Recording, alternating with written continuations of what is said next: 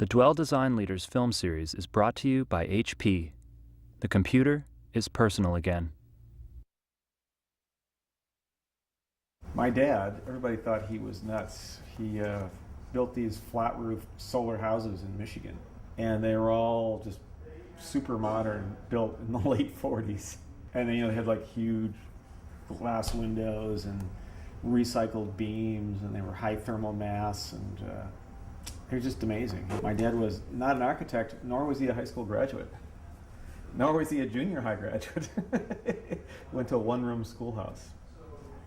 Born in 1899. Well, there's a whole livable cities movement going on, which is happening nationwide, where people are realizing that these cities are great places to live. It's like 5,000 vacant lots in San Francisco.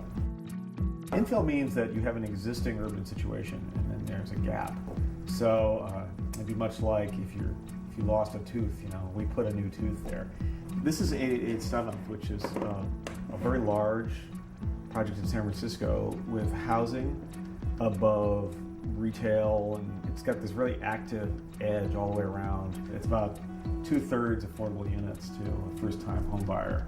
And what's really neat is there's a creek called Mission Creek that got put underground in the 19th century.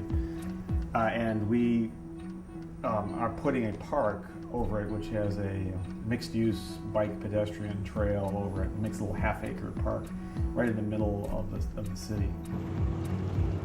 And this is the half-acre park, which will look really good when you get all these trailers off it.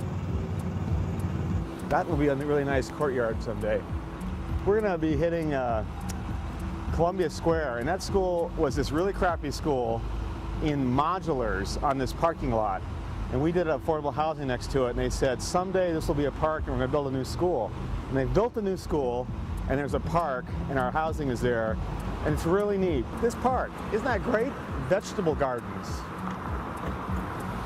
and Little League fields, and art. There's art from the Black Rock Foundation, formerly at Burning Man. And this has 50 units, and it has 270 people living in it, because they're multi-generational families. People who immigrate here have kids, and they stay in the city, and they go to school here.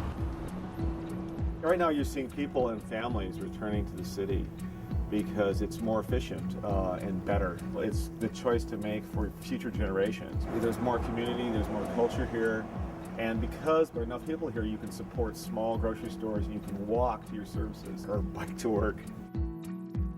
We have really significant challenges that challenge our survival as a culture, and I think that your cog is this kind of organism of society.